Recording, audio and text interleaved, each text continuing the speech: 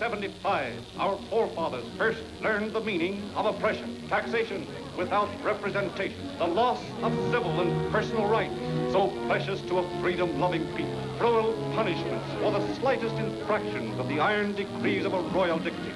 But the vigorous young America, born to the plow and the gun, was quick to resent this despotism from across the seas, and soon the smoldering fires of rebellion flamed into open revolution. For 8 long years, on land and on sea, Americans fought to loose the old world's stranglehold on their destiny.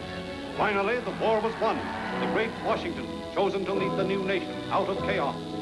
The success of our democracy soon inspired the Latin Americas to renounce Spanish rule, and they quickly received our friendly recognition. But Spain, for 3 centuries mistress of the Americas, enlisted the aid of other European monarchies, planned to reclaim her vast territories in the Western world. In 1823, the cabinet of President James Monroe was debating a vital question. How should the United States meet this menace to new world freedom?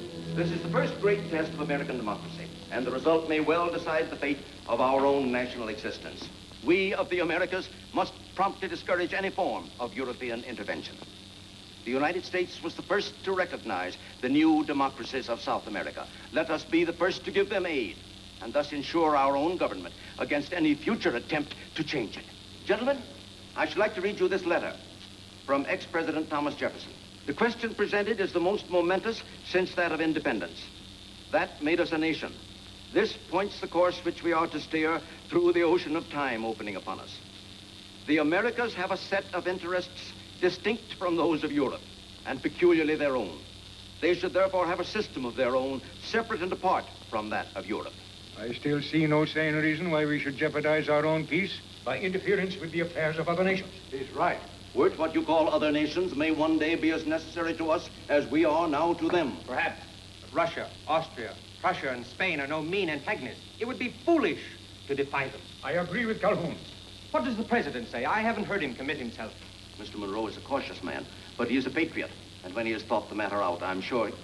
Well, from the temperature in here, I take it you've been arguing again. Be seated, gentlemen. We'd like to know what you mean to do, Mr. President. I haven't quite decided.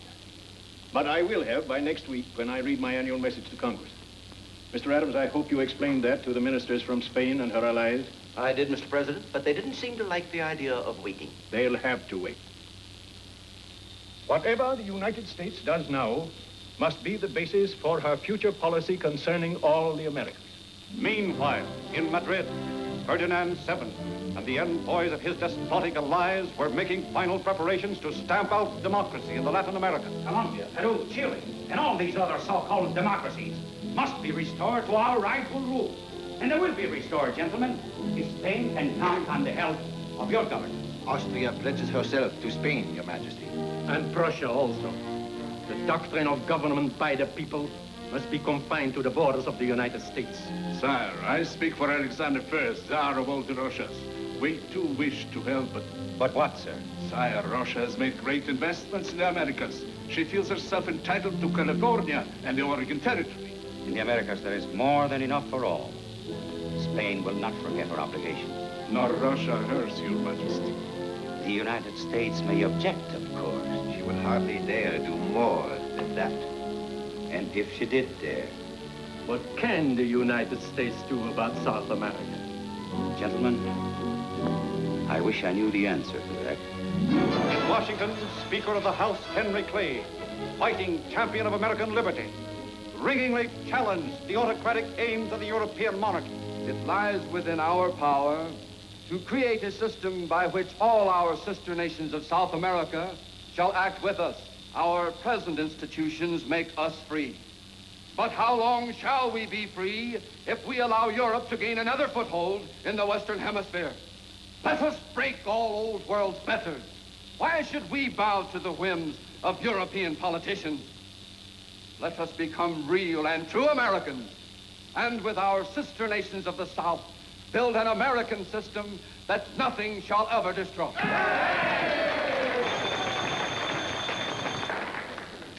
The chair recognizes Mr. Daniel Webster of Massachusetts. I heartily endorse the sentiments of Mr. Clay. We want nothing from Europe. Let us therefore solemnly vow to keep America for the Americas and the Americas for America. At the Washington home of Rafael de la Torre, deposed governor of a South American province, the ministers of Spain and her allies were in secret council. It's this man Clay who is most dangerous to our cause. If President Monroe listens to him, then the United States will fight to keep us out of the Americas. And Austria, for one, will not agree to war. My country will take every means to safeguard her American colonies. But beyond that, she will not go. Then Spain will fight alone and benefit alone. If she wins, my friend, the United States is fast becoming one of the strong military powers of the world. What makes you so sure the United States would resort to war? People don't want it. And in a democracy, the people rule. So I've been told. Clay has many followers. It was he who first advocated recognition of the South American republics. Yet he and Monroe have never agreed on South American policy. Why should they not? You seem to know a great deal about Henry Clay, senor. I encourage my daughter's friendship with his secretary. Mr. Sturgis is not my idea of a son-in-law, but he is a very convenient information bureau. Gentlemen, my daughter. And Mr. John Sturgis, secretary to Mr. Henry Clay. Later, at the minister's ball, the question of the hour was still unanswered. What would the United States do? La Torre. Good evening, John. Good evening, sir. Mrs. Clay. This is my Latin American problem, sir. Perhaps you can advise me how to solve it. You might try firmness, my boy. Sometimes it works. But only when we're willing it should. That's true. Seriously, John, I'd suggest you watch the door. You may get an inkling of what the president will say tomorrow and find a solution to this very distracting problem of yours. Look. The minister from Paraguay. The minister from Peru. The minister from Spain. The minister from Russia. The minister from Austria. The minister from Prussia.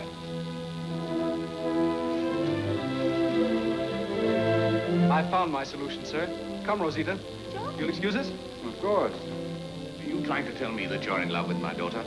Of course I'm in love with her, sir. And you want to marry her, I suppose? But you don't understand, senor. There's much more to it than that. There is indeed. Your presumption is an insult. Think that I would even consider such an offer from a nothing, a nobody, the starving secretary of a cheap American politician. Be quiet, sir. How dare you? My apologies, senor, but I cannot permit my wife's father to make a fool of himself. What do you mean? For the past 10 minutes, I've been trying to tell you that Rosita and I have just been married. That same night, in his White House study, President Monroe took the fighting stand of Clay and the American people. With John Quincy Adams, he prepared an ultimatum to foreign aggressors that will live forever in the hearts of his countrymen.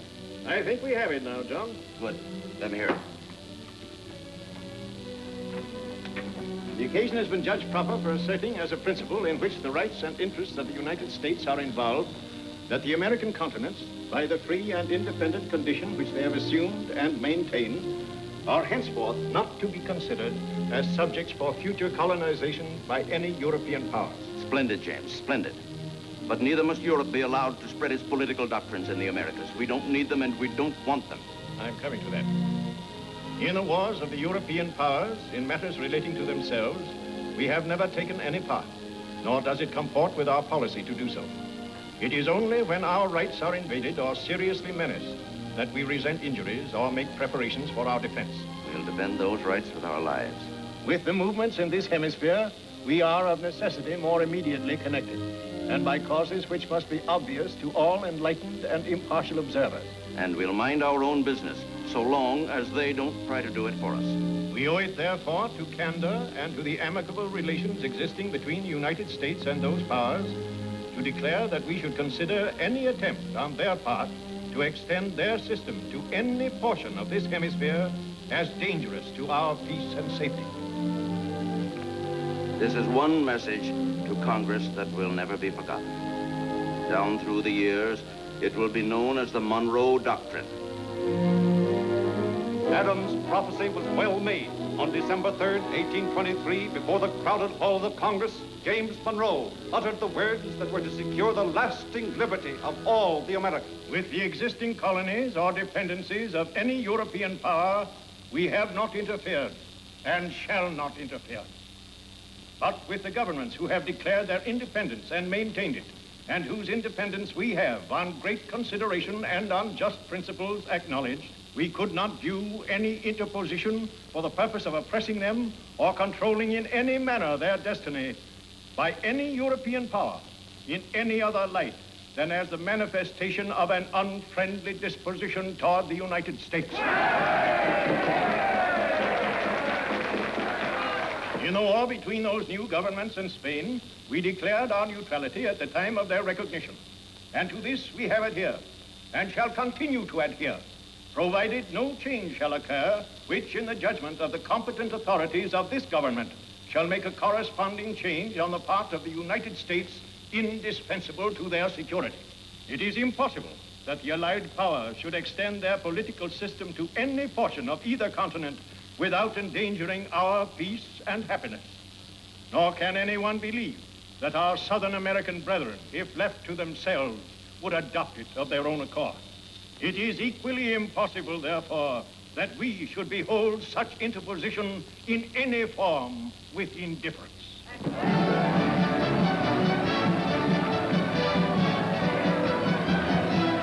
Time and circumstance broadened the phrases of the doctrine, but its basic principles remain.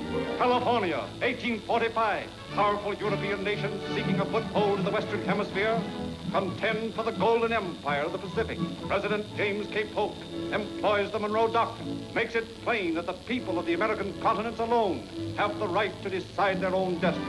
Cuba, 1852. France and England propose a joint guarantee over the striped torn island, evince their willingness to act with the United States.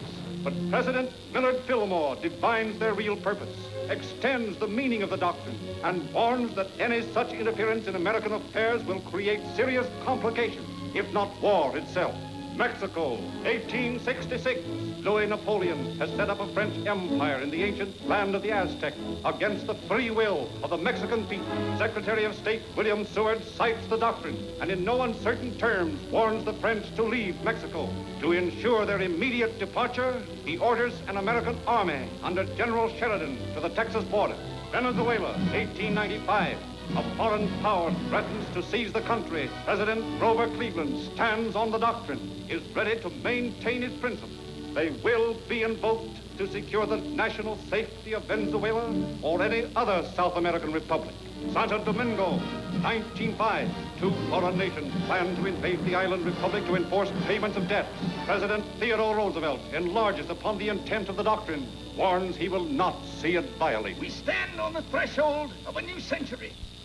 A century big with the fate of the great nations of the earth. America, young giant of the West, stands on a continent and clasps the crest of an ocean in either hand.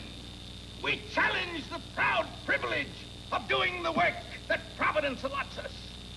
And we face the coming years, high of heart and resolute of faith, that to our people is given the right to win such honor and renown as has never yet been granted to the peoples of mankind.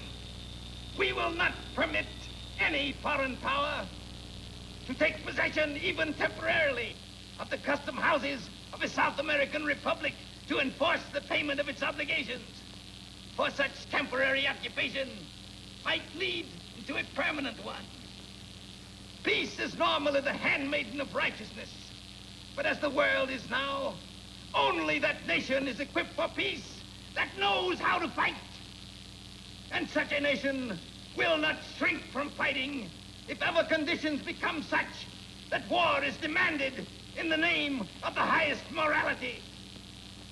Speak softly, but carry a big stick.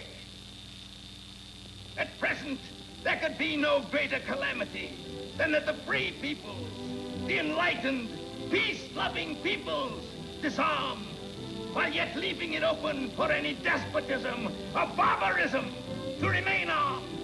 Under no circumstances will the United States use the Monroe Doctrine as a cloak for territorial aggression.